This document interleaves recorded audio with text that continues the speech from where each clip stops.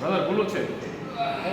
Yes, forums করার সময় আমাদের 3 থেকে 4টা জিনিস খেয়াল রাখতে হবে। আমি দেখাচ্ছি, আপনি আবার করেন, আবার করেন, আমি দেখাচ্ছি।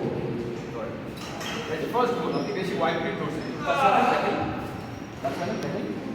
ফার্স্ট ভুল, ওয়াইড গ্রিপ করা যাবে না, আপনার শোল্ডার ওয়াইড করা হবে। সো শোল্ডার ওয়াইড বরাবর নিয়ে আসুন হাত, very good. And wrist curl করার সময় এই থামটা আমরা বাহিরে রাখবো, ওকে? এবং এলবোর উপর বডি ওয়েটটা থাকে, বডি ওয়েট এলবোর উপর। Nice, now curl.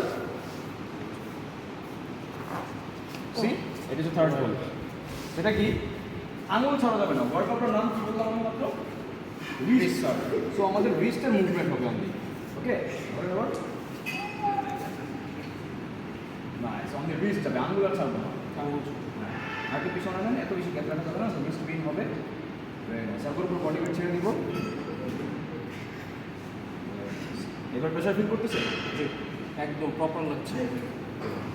And reverse কাল যখন করবো একইভাবে সব কিছু, তখন জাস্ট থামটা ভিতরে রাখবে, করেন।